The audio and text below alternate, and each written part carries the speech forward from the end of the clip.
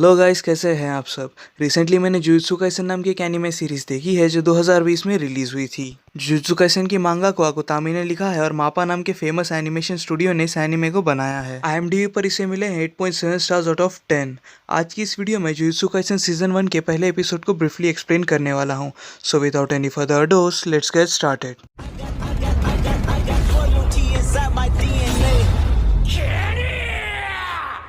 I got loyalty inside my DNA. Cannabis got war and peace inside my DNA.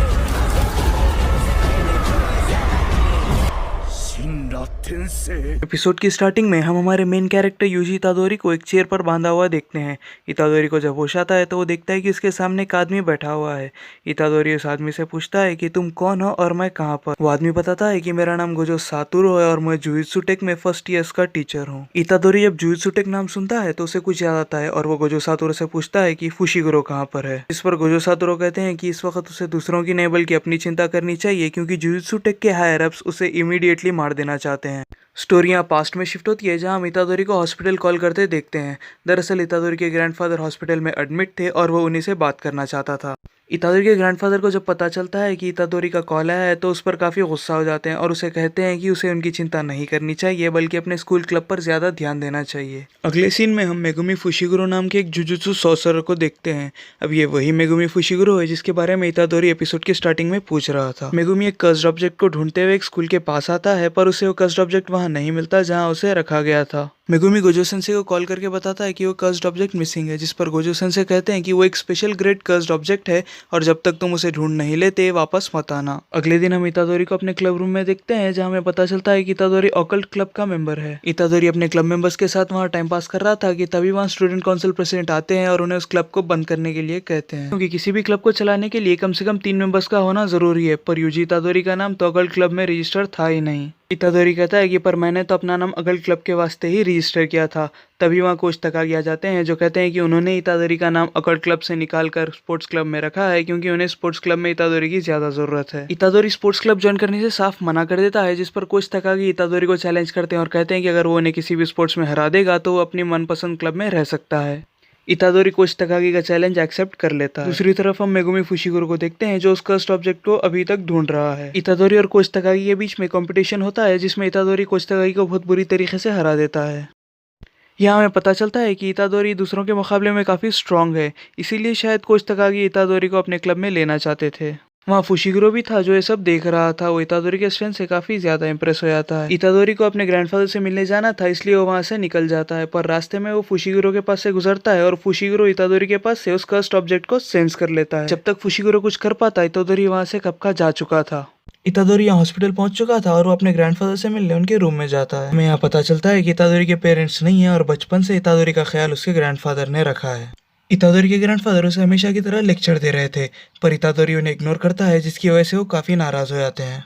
इतादोरी के grandfather इतादोरी से कहते हैं कि इतादोरी, तुम एक स्ट्रॉन्ग लड़के हो, तुम अपनी ज़िंदगी में जितना हो सके उतने लोगों की मदद करना ताकि जब तुम मरो तो तुम्हारे साथ वो लोग हों जो तुम्हारी फिक्र करते हों, मेरी तरह अकेले मत मरना। ये कहने के बाद इतादोरी के ग्रैंडफादर RIP इन पीस हो जाते हैं। अपने ग्रैंडफादर की डेथ के बाद इतादोरी भी काफ़ी उदास हो जाता है। अब इतादोरी यहाँ कुछ ज़रूरी पेपर वर्क्स फिल कर रहा था कि तभी उसे ढूंढते ढूंढते वहाँ फुशिगुरो आ जाता है। फुशिगुरो इतादोरी से कहता है कि उसे अकेले में उससे कुछ बात करनी है। फुशिगुरो इतादोरी से कहता है कि तुम्हारे पास जो कर्स्ड ऑब्जेक्ट है वो काफ़ी डेंजरस है और तुम उसे मुझे वापस कर दो। इतादोरी फुशिगुरो से पूछता है कि आखिर ये डेंजरस कैसे हो सकता है। फुशिगुरो इतादोरी को समझाता है कि हर साल इन कर्सेस की वजह से हजारों लोगों की मौत होती है। ये कर्स स्पिरिट्स या डीमंस नेगेटिव इमोशंस जैसे गुस्सा, नफरत, डर की तरफ अट्रैक्ट होते हैं। इनसे बचने के लिए बड़ी बिल्डिंग्स जैसे स्कूल, कॉलेज, ऑफिसेस अपने बिल्डिंग में एक कर्स्ड ऑब्जेक्ट को सील कर रखते हैं। पर टाइम के साथ साथ उस कर्स्ड ऑब्जेक्ट की सील वीक होते जाती है और जो कर्स्ड ऑब्जेक्ट अब तक दूसरे कर्सेस को अपने से दूर भगा रहा था वो अब दूसरे कर्सेस को अपने तरफ अट्रैक्ट करना शुरू करता है। इसीलिए तुम वो कर्स्ड ऑब्जेक्ट मुझे वापस कर दो ताकि उसे दोबारा सील किया जा सके। इतादोरी फुशिगुरो को वो बॉक्स वापस कर देता है पर वो बॉक्स खाली था। फुशिगुरो इतादोरी से पूछता है कि इसमें का कर्स्ड ऑब्जेक्ट कहाँ है, जिस पर इतादोरी कहता है कि वो मेरे दूसरे क्लब मेंबर्स के पास है और आज रात वो उसे स्कूल में खोलने वाले हैं। ये सुनकर फुशिगुरो काफी घबरा जाता है और वो इतादोरी से कहता है कि अगर उन्होंने उसका सील खोल दिया तो वो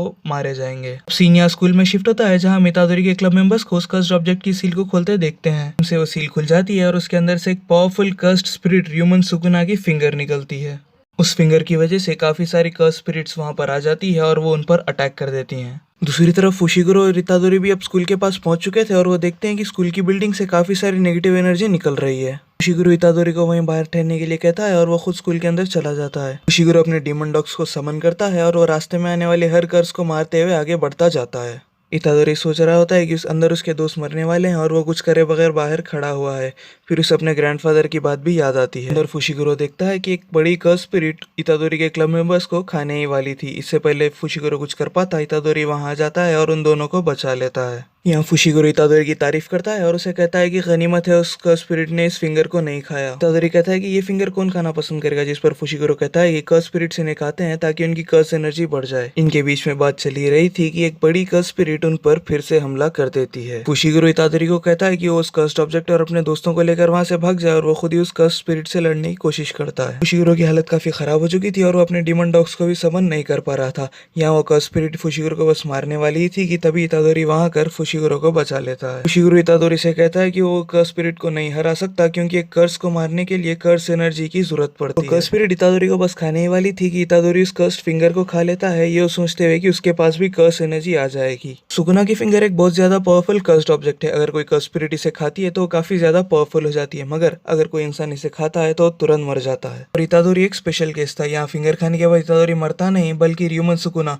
जिसे काफी सालों पहले मार दिया गया था, वो इतादोरी की बॉडी को पोसेस कर लेता है और उसका स्पिरिट को बड़ी आसानी से मार देता है। फुशिगुरो सोचता है कि इससे बुरा कुछ हो ही नहीं सकता क्योंकि र्यूमन सुकुना एक काफी पावरफुल इविल कर्स स्पिरिट है और वो वापस जिंदा हो चुका है। यहाँ हम देखते हैं कि इतादोरी अपनी बॉडी को कंट्रोल करता है और सुकुना से अपनी बॉडी वापस ले लेता है। फुशिगुरो को यहाँ कुछ समझ नहीं आता तो वो इतादोरी से कहता है कि अब तुम एक इंसान नहीं हो और जुजुत्सु टेक के रूल्स एंड रेगुलेशन के हिसाब से मुझे तुम्हें मारना पड़ेगा। और इसी के साथ जुजुत्सु काइसेन सीजन 1 का एपिसोड 1 खत्म हो जाता है। अगर आपको ये वीडियो अच्छी दिखी तो इस वीडियो को लाइक कीजिए और अपने दोस्तों में शेयर कीजिए। मैं आपसे मिलता हूँ अगली वीडियो में, जब तक के लिए bye. Whenever your heart is broken, don't ever forget you're golden. I will find the light in your soul.